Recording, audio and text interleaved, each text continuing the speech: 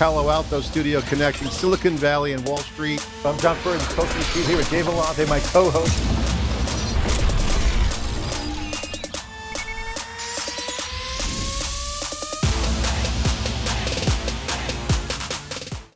Welcome back to theCUBE studio here at the New York Stock Exchange. I'm Gemma Allen with theCUBE, and joining me now for a mixture of experts is Aric Coffman, CEO of P3 Health Partners. Welcome, Aric. Thank you so much. So, Aric, you have an interesting background. Yes. 17 years as a surgeon, working in theatres, now in the business world. Yes. Maybe let's just start a little bit with you. Fill us in on what brought you from the world of hospitals to business. You know, I recognize that my patients were sick, but the healthcare system was even more sick. And as I looked at the impact I could have during my career, it was clear to me that I would have more impact on a global scale doing business than operating one patient at a time. Wow.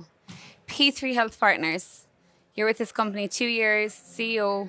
What exact problem is this company looking to solve? So we are a population health company that works with primary care clinicians and specifically around senior patients, those patients that have multiple chronic conditions, the frail and the elderly, that often fall through the cracks. And we bring tools, resources, and people to the primary care clinicians to get better outcomes. When you say the healthcare system is broken, Yes. break that down. Like what, I mean, I listen, I'm a European, I'm an Irish woman living in New York. Like, Yeah. you know, I see the health insurance. It's, as a non-American, it's crazy how the Right. system works, right? As an outsider, but I guess most Americans are somewhat immune to it. It's all they've ever known. Right. What parts of it do you think are the most broken? Like, tell me more about that. So I think when you look at the incentives that you have in healthcare, it's important to align the incentives to the outcomes that you want. And traditionally in the United States healthcare system, it's based on what's called a fee-for-service model, which means that you get paid for every service that you do, which incents the system to do more in order to make more dollars. And that may not be in the best interest of the patient in order to do that, or in the system in general. And so part of what our push is to move into what we call value-based contracts, where we take on full responsibility for the population, for their outcomes financially as well as quality. Wow, okay. So how does this work in practice? This is direct to consumer, it's an intermediary model. What is the actual business model here? How do the wheels rotate? Yeah, so the way I would think about it is we align the payers, so the health plans, with the clinicians contractually, and then we align the services that that physician is able to provide out to the patient. So I really see us as a bridge across the health system itself. And so the way that it works is we'll take on a population of patients with the partnership of the primary care clinicians, and then we will help them with services outside the four walls of the clinic and help coordinate that care so that those patients get the things that they need. And is this, in terms of that population, that cleavage, is this based on some sort of patterned behavior? Like, you know, what is it that you guys would look for in any one specific opportunity? Is it based on folks that share the same illness or ailments or historical history? What is it exactly? So it's really based on the patient's demographic age. So we take care of the senior population predominantly. And then we go into geographies where we have density that makes sense. And so today we have about 106,000 seniors that we're caring for, and we partner with over 2,000 primary care providers to bring that care to them. And when you look at that population, you'll see that you can break it down into various segments. And when you segment that population, the top 2% consume a lot of the resources. The middle 50% don't consume much at all. And so what we have to do is stratify the populations to understand where they're having barriers or problems, and then proactively, using predictive modeling and other systems, get out to the patients before they have issues. So our whole job is prevention and wellness creation in that population, rather than reacting to what the patients have. How do large insurers respond to models like this? They're very interested in what we provide because we are able to improve the quality of what happens for those patient populations, and that dictates how much revenue comes into the pool. So they need that help, and then we can help them grow. And we have services that they can't do. We provide direct services to patients as well as help facilitate what the clinicians in the community are doing. Wow. Okay, so we're 4.5 minutes in and we haven't talked about AI. I mean, that might be a record for me on this show, Aric, but we're probably going to have to go there. But talk to me a little bit about the tech, the discoverability, what you guys are using in terms of understanding these populations, understanding the innovation and even advancements that maybe have been lurking in the shadows and not necessarily realized for some time. Yeah. The way I'd classify it for us in the healthcare industry is that we're data rich and information poor. And the way I think about explaining our application of technology is in the business and then outside of the business.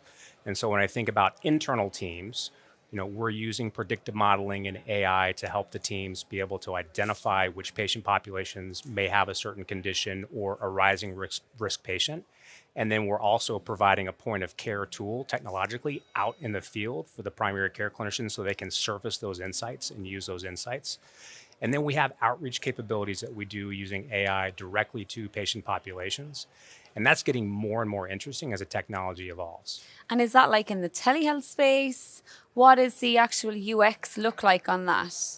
Yeah, so for the clinicians at the point of care, it's an overlay into their EMR so that we don't have to use their electronic health record. We can use any electronic health record and get that information to them.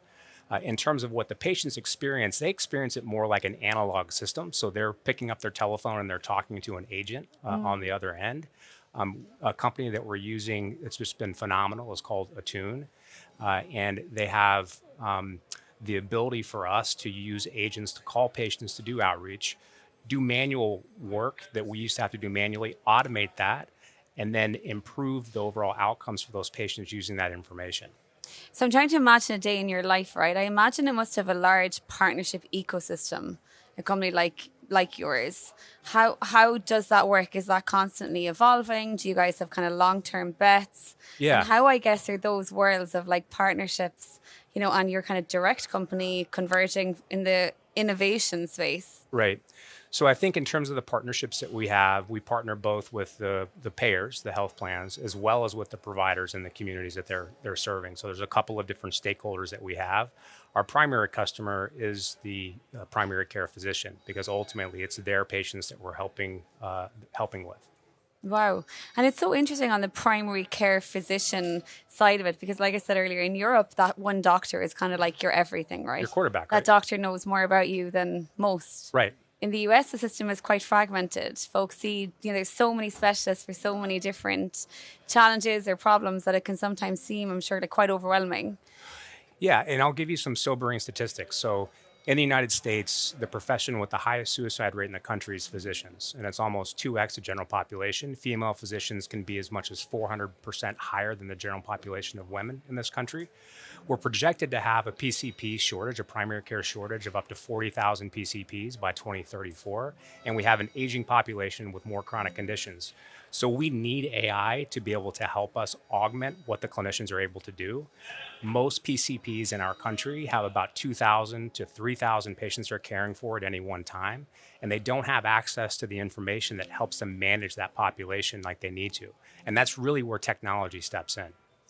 And that is so, first of all, kind of like harrowing to hear, right? Because it's such an important job, but also such a stressful job, I'm sure. And part of that stress is probably based on the fact that you feel like you can't help people the way they need to be helped, right? Like that's you nailed it. It actually called a moral injury is the way to define it. So when you look at burnout, another stat, there's over a 50% burnout rate for PCPs in this country. And what that means is when you're in there, they don't even have the empathy to be able to engage with you in the way that they need to. And not because they don't want to, but because they're burned out. And so what we're trying to provide are alternative resources so that their stress goes down, their fulfillment goes up, and then we are able to sustain careers, and that actually sustains that patient-provider relationship longer. It's really, really important. When we think about things like access to information, access to data, GDPR, patient records, etc., some folks are of the belief that, like, yes, the US has a health tech problem or an insurance problem per se. I mean, that's a common challenge, right? But also somewhat of a policy problem, and that can kind of vary state by state. Yes. How does that impact your business? Like, are there states where you Yeah. feel like it's easier to land and impact? So part of the versus others? reason that we're in the segment that we're in is it's a federal program. So we Okay. don't have to deal, like in Medicaid, we don't have to deal with the same state to state variation. We're dealing with a national program. There can still be variances from state to state, but it's not like it is with Medicaid. From a policy perspective, I think data interoperability is something that could be addressed from a policy perspective that would change the way that we consume data and information and give us more speed to action. And that's really the key, is having the information timely so that I know when that patient needs us, and then we can create an intervention out to the home, maybe see them again in the hospital, whatever that intervention might be. There's too much slowness in what happens in the system today because of the interoperability challenges. So we cover a lot of tech shows. We go on the road and we talk to a lot of tech founders and leaders, and they all have this big, big bet, right, that AI can solve all sorts of problems in society. It gets a skepticism I sometimes have is, yes, it can solve for Jamie Dimon's problems, right? Because he's got massive budgets. He can spend. There is, in some respects, if the innovation is there and the opportunity is there, those two worlds will always collide kind of naturally, right? In the healthcare space, though, we know that a lot of hospitals are running Excel spreadsheets. They're run, completely on-prem solutions. Like some of them never even made it to the cloud. Exactly. How are they now expected to suddenly avail of this sorcery of AI? Like, what's the reality here? Like, be frank, like bridge that gap a little bit. I mean, I think it's going to be clunky, and I think there will be winners and losers in all of it at the end of the day. But it has to happen. The system needs a new way of doing business. And I think that AI has a lot of promise. It's not going to be a silver bullet that cures everything, because there's too many places that you have to apply those learnings. But I do think that it's something that's going to help get us out of this situation. Well, I certainly hope so. So, Aric, what's ahead for you and the team? What does the end of this year, we're halfway through, what does the next 6 months look like? And what's on the big roadmap here? Yeah, so we're really excited about 2026. It's been a great year for us. We're somewhat of a comeback story in terms of what we've done within the business, and the teams have been working really, really hard to get us to a great place. And I think with the technology that we're now implementing in our business, I think that we're on a growth trajectory through the end of 26 and into 2027. And what I'd like us to do is be able to expand outside of the 5 states that we're in, heading into 27 and 28, to be able to reach more communities and provide more help than we can today. Well, I certainly hope you're successful in that mission. I think America needs better healthcare and patients need better outcomes. So, Aric, thanks so much for coming on theCUBE. Thank you so much for having me. I'm Gemma Allen here at theCUBE studio at the New York Stock Exchange. This is Mixture of Experts. Thanks for watching.